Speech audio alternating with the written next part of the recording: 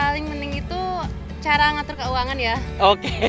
Karena aku sampai sekarang pun walaupun udah sekitar 3 bulan di sini masih agak sedikit kelabaan kalau ngatur keuangan. Itu tolong usahain ngatur keuangan dengan baik. Oke. Gitu. Dan itu juga tentunya harus ngatur waktu antara kuliah, terus juga mungkin untuk bersih-bersih kos, Oke. mencuci baju semacam itu kan. Gitu. Aku sampai sekarang pun juga masih agak susah sih ngatur waktu karena ini pertama kalinya kan Oke. keluar dari rumah orang tua. Dimana aku selama 20 tahun sebelumnya itu ya dimasain, dicuciin. Iya, Itu kan benar. kaget banget karena sekarang apa-apa harus sendiri.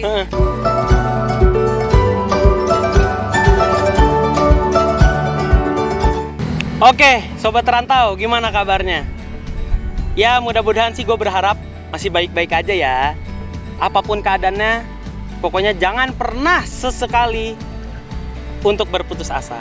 Oke, sekarang kita akan bincang-bincang dikit nih sama udah ada kakaknya di samping kita. Mungkin boleh perkenalan dulu. Halo teman-teman, nama aku Miko. Di sini aku sebagai mahasiswa ilmu kelautan semester 5. Mahasiswa ilmu kelautan semester 5. Memang kuliah di Madura atau? Enggak, tahun ini tuh aku ikut program pertukaran mahasiswa merdeka dari kampusku sendiri. Jadi aku kuliah di sini tuh sebagai peserta pertukaran mahasiswa. Pertukaran mahasiswa. Kampus asalnya dari? Dari Universitas Udayana. Universitas Udayana yang ada di Bali, teman-teman.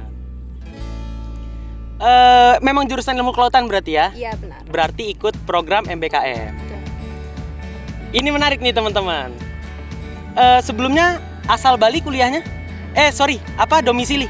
Domisilinya di Denpasar. Oke, domisili Denpasar, Bali. Menarik teman-teman. Dari Bali merantau ke Madura nih. Mungkin ya kita kulik sedikit boleh ya? Iya. Gimana sih nih first impressionnya pertama kali mendarat di Madura? Madura itu panas. Panas. Panas banget. Aku pikir Bali itu yang udah panas itu ternyata ada lagi daerah yang lebih panas dari Bali. Oke. Itu teman-teman lebih panas dari Bali. Kalau untuk orang-orangnya sendiri nih, gimana pandangan dari Miko terhadap teman-teman yang ada di Madura? Kalau teman-teman di Madura itu orangnya ramah banget, terus mereka welcome. Jadi aku walaupun baru sebentar di sini tuh udah ngerasa kayak diterima, terus udah punya teman deket kayak Oke. gitu. Menarik nih teman-teman. Ya soalnya terlebih untuk kultur secara adat dan budaya antara Bali dan Madura jelas sangat beda ya kan? Ini akan menjadi suatu hal yang menarik nih kalau kita udah berbicara tentang kultur, adat serta budaya nih antara Bali dan Madura. Ada nggak sih kalau dari Miko sendiri kayak yang ngerasa itu, wah ini tuh ternyata beda banget ya? Atau sebelumnya Miko udah punya pandangan terhadap Madura itu kayak begini, ternyata pas datang ke Madura, Miko secara langsung hidup di Madura, oh ternyata orang Madura tuh nggak kayak begini loh. Mungkin ada pandangan kayak gitu dari Miko sendiri. Kalau pandangan mengenai Madura sebelumnya aku belum ada karena Oke. sama sekali belum pernah kepikiran soal orang-orang yang di sini tuh. Oke. Terus mungkin bedanya kalau dari budaya banyak banget ya. Karena budaya Bali kan juga kental banget sama budayanya. Benar.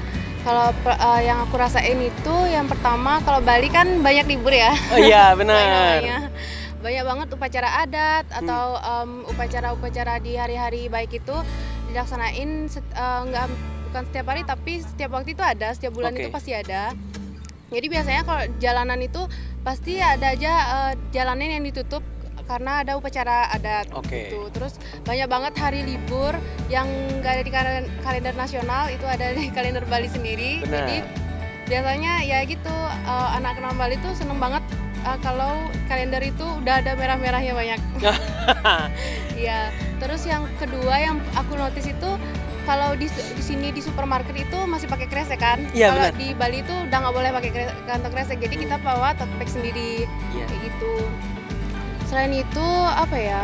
Kalau untuk mengenai kehidupan aku sebagai anak kos, ini kan pertama kali banget aku ngekos karena Oh, oke. sebelumnya Di Bali itu aku tinggal sama orang tua. Oke. Mungkin yang bikin aku kaget itu waktu nyari kosnya sih. Oh, Kalau di Bali kan, kalau dari kos-kos temanku yang udah pernah aku kunjungin itu, kebanyakan kosnya luas, terus jendelanya itu sirkulasi udara itu bagus kan.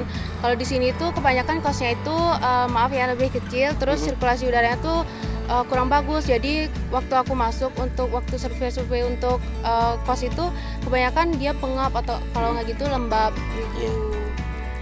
Ini untuk ngomong-ngomong yang soal tadi nih, soal kantong kresek. Itu saya juga udah pernah ngalamin. Kebetulan saya ikut program MBKM kan di Bali.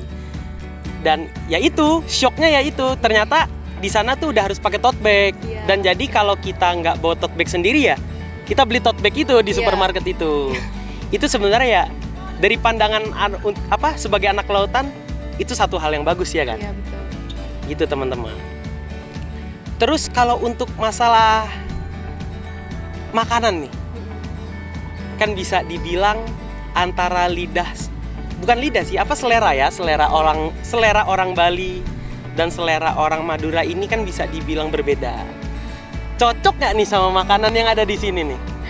Kalau aku sih cocok-cocok aja ya sejauh ini, soalnya aku juga bukan orang yang picky eater. Selain itu juga kalau di lingkungan aku itu udah heterogen kan, bukan orang Bali aja isinya. Jadi ya udah dari pendatang kayak gitu. Selain itu juga emang di Bali itu udah banyak banget warung-warung Jawa yang sediain masakan Jawa gitu. Jadi kalau bosan masakan Bali ya beli di warung lain, beli masakan Jawa yang kayak gitu. Ini kita bahas hal yang menarik nih teman-teman nih. Mumpung lagi ngomong-ngomong soal makanan. Untuk harga nih Miko nih, mungkin bisa dikasih tahu nih ke teman-teman, apakah di Madura lebih mahal dibanding di Bali atau sama, atau bahkan lebih murah dengan makanan yang sama ya? Mungkin bisa dikasih tahu nih ke teman-teman nih. Kalau di Madura itu salah satunya ini yang bikin aku shock banget, karena harga makan di sini tuh murah banget. Oke. Karena kalau di Bali ya, kalau untuk makan yang isi ayam itu biasanya harganya itu sekitar 12 ribuan. Kalau di sini 8 ribu udah dapat ayam, dan itu cukup mengenyangin banget.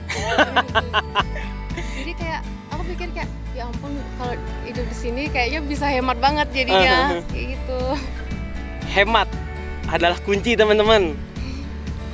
Terus nih Miko nih, untuk culture shock, berbicara tentang budaya lagi nih. Miko ngalamin culture shock nggak sih pas pertama kali tinggal di Madura? Kalau culture shock mungkin nggak terlalu kerasa ya. Karena itu tadi lingkungan kan heterogen kalau di rumah, nggak yang Bali-Bali banget. Karena udah di kota, nggak terlalu kental kan budaya. Terus kalau yang mungkin ada sih yang sedikit bikin aku kaget di sini di perkuliahannya terutama. Di sini tuh kalau anak-anak yang masih masuk kuliah terus terlambat, yang jamnya udah lewat dari jam yang ditentuin masuk, itu masih dikasih izin masuk sama dosennya di sini masuk ke kelas. Kalau di Bali itu, kalau di Udayana itu kalau udah lewat dari itu nggak bisa masuk ke ruangan lagi. Jadi dosen di sana itu benar-benar disiplin. Meskipun telat cuma 1 menit itu juga udah nggak boleh? Iya. Berarti emang misalnya perkuliahan jam 8, dosen datang jam 8 lebih dari 1 kita berdatang, itu kita nggak boleh masuk ya? Iya. Bahkan dosen itu ada yang lebih awal masuk ke kelas itu. Jadi kalau misalnya udah jam dia masuknya terlambat ya dia nggak bisa ikut mata kuliah itu. Itu sebenarnya penting tuh teman-teman untuk melatih kedisiplinan ya kan? Ya, soalnya disiplin ada kunci untuk kesuksesan di masa depan. Terus berarti Miko selama perkuliahan di sini ikut kegiatan praktikum atau enggak? Iya, ikut. Gimana nih untuk kegiatan praktikum? Apa ada yang beda antara yang di Udayana sama di UTM? Ya, kalau untuk kegiatan praktikum itu ada yang beda. Salah satunya itu dosen pembimbing praktikumnya itu. Biasanya kalau di Udayana dosennya itu nggak ikut turun ke lapangan untuk praktikumnya. Biasanya cuma asisten dosen. Kalau kita nyebutnya asdos. Kalau di sini kan asprak ya. Benar. Kalau di sini tuh dosen ikut, Asprak juga ikut ke lapangan. Terus kebanyakan kalau sejauh ini aku baru ikut 3 praktikum. Itu mata kuliah bioprospeksi, ada burung mamalia, sama satunya lagi tuh alga laut. Dan ketiga-tiganya yang aku ikut itu seru-seru banget praktikumnya. Karena selain itu aku juga emang seneng banget kalau praktikum turun ke lapangan, apalagi kalau misalnya praktiknya itu di lab. Oh, itu berarti langsung ngambil sampel ya? Iya. Ambil sampel ke lapang teman-teman.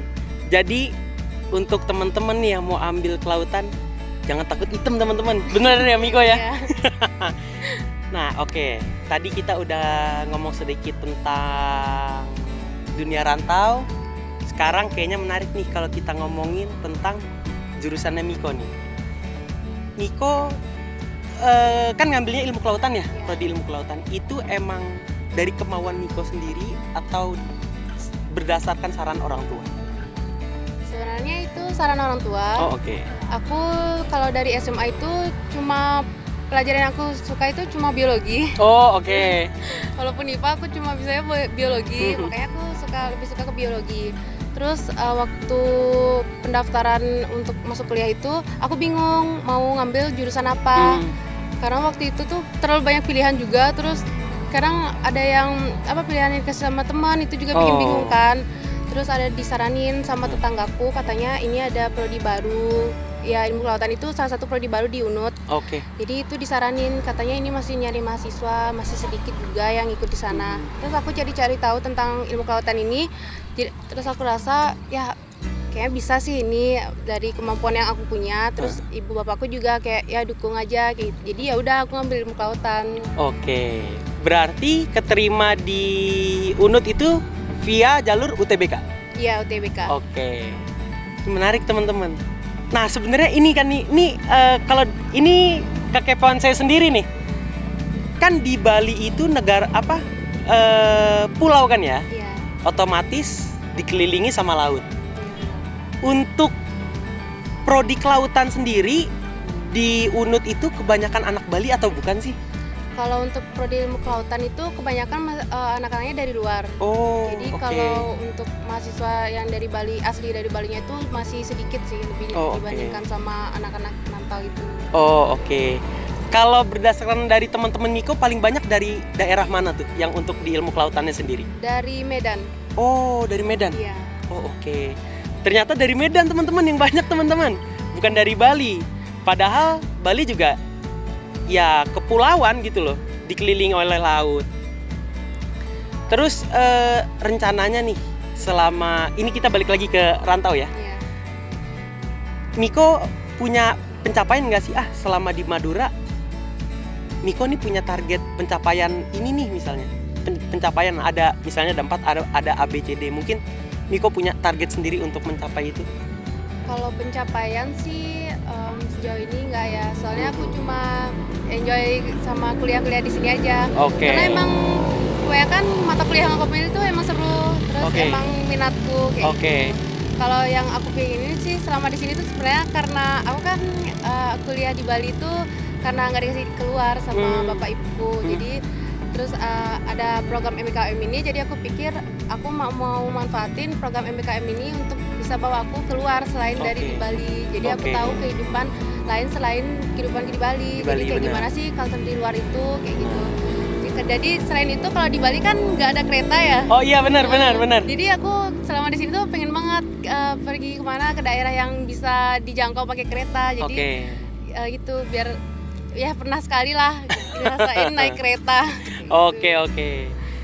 Ya itu teman-teman, pasti suatu daerah mempunyai kekurangan dan kelebihannya masing-masing, benar ya Miko ya? Kayak misalnya di Madura punya kelebihan ini, yang mana kelebihan itu belum tentu dipunyai nih sama Bali nih, begitupun sebaliknya.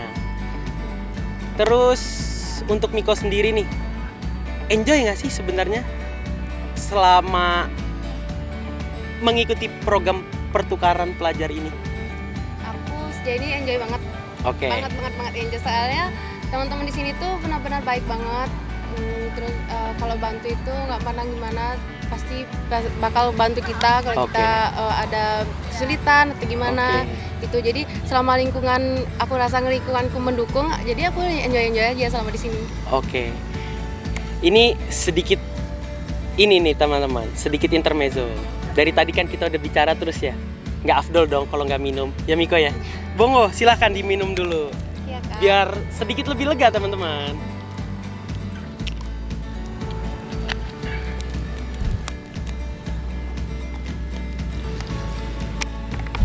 Berarti selama mengikuti program ini Miko enjoy ya? Iya. Karena teman-temannya enjoy. Iya. Nah terus nih, ini sedikit nih. Karena kita ngomong enjoy, kita masuk sedikit. Ini agak sakral nih. Sebelumnya saya minta maaf dulu nih kalau ada bapak ibu dosen saya yang nonton nih. Untuk dosen-dosen di ilmu kelautan UTM sendiri itu gimana menurut Miko? Pandangan dari Miko gimana? Baik banget. Oke. Baik banget. Kayak sampai bisa dijadiin temen gitu kalau dosen di sini. Terus ramah banget sama mahasiswa. Benar. Pokoknya kayak bisa jadiin temen gitu lah. Kalau di UNIT kan dosennya agak gimana ya? Ya gitu. Iya, itu teman-teman, dosen di UTM ilmu kelautannya friendly. Ini langsung testimoni dari mahasiswa Udayana. Sebenarnya ya mungkin dosen di UNUT juga friendly, tapi mungkin ya karena kan saya nggak tahu nih, saya belum kuliah di sana. Tapi mungkin pendekatan kitanya aja mungkin yang kurang ya. Itu teman-teman, berarti Miko selama di sini menjalani pertukaran pelajar ini enjoy, nyaman, teman-temannya enak ya bisa dibilang ya.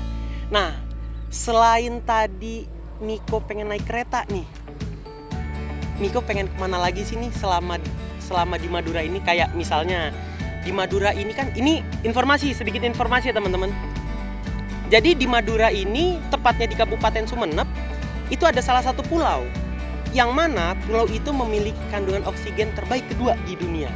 Itu nama pulaunya Pulau Gili Ia. Gitu. Mungkin Miko kayak punya keinginan, wah, saya kepo nih sama Pulau Gili Ia kayak gimana sih? Gitu lah. Mungkin Miko kayak ada pencapaian tertentu nih, mau ke sini selama di Madura ini. Sebenarnya kalau anak kelautan kan nggak lepas dari namanya diving kan. Benar. Kalau di Bali kan udah banyak banget spot diving, Benar. apalagi ya Bali tempat wisata kan. Iya. Kalau di sini tuh aku masih belum nemu tempat yang bisa aku jadiin tempat diving itu. Oh, Tapi oke. dari teman-temanku sendiri bilang itu ada di Sumeneb juga. Terus aku juga sempat dengar soal Gili Iyang itu Iya. yang punya kadar oksigen yang bagus. Benar. Aku kalau berkesempatan selama masih di sini mungkin bisa kesana bareng teman-teman untuk yang lain. Oke. Itu teman-teman. Sebenarnya kalau untuk spot ada tuh di Sumeneb. Kalau saya nggak salah nama pulaunya Pulau Gili Labek. Itu juga disorot lah sama publik, itu disorot karena ya keindahan alam bawah lautnya. Itu teman-teman, Miko seorang mahasiswi domisili Bali, kuliah di Bali, akan tetapi karena berdasarkan kemauannya ingin mengetahui dunia luar, dia mengikuti program MBKM yang pertukaran pelajar ya, benar ya? Dari Udayana ke Universitas Trunojoyo Madura. Langsung jauh teman-teman, nggak nanggung-nanggung nih. Langsung pindahnya, langsung ikut MBKM-nya. Wah, gokil sih. Ya mudah-mudahan untuk Miko kedepannya sukses terus, semangat terus, jangan pernah putus asa. Mungkin, oh iya, ini pertama kali Miko ngerantau berarti ya? Iya. Nah, boleh nih kayaknya kasih tips and trick nih ke teman-teman yang lagi merantau ataupun baru mau merantau. Boleh nih kasih tips ke teman-teman. Kalau tips mungkin yang paling penting itu cara ngatur keuangan ya. Oke. Karena aku sampai sekarang pun walaupun udah sekitar 3 bulan di sini masih agak sedikit kelabakan kalau ngatur keuangan. Itu tolong usahain ngatur keuangan dengan baik. Oke. Gitu. Nah itu juga tentunya harus ngatur waktu antara kuliah, terus juga mungkin untuk bersih-bersih kos, mencuci baju semacam itu kan. Gitu. Aku sampai sekarang pun juga masih agak susah sih ngatur waktu karena ini pertama kalinya kan keluar dari rumah orang tua, di mana aku selama 20 tahun sebelumnya itu dia dimasain, dicuciin. Iya, itu kan benar. kaget banget karena sekarang apa-apa harus sendiri. Nah kayak gitu, jadi mungkin itu aja dari aku. Oke, berarti intinya teman-teman harus membedakan nih mana yang kebutuhan, mana yang keinginan ya, bener ya. betul. Karena dua ini nih yang bikin boros keuangan anak kos nih. Iya. Kita butuh, tapi kita ingin, tapi sebenarnya keinginan itu nggak kita butuhkan. Nggak terlalu dibutuhkan. Iya, benar. Udah oke, mungkin itu aja nih dari sesi kita kali ini. Untuk anak-anak rantau di sana, tetap semangat dan jangan pernah putus asa. Bye.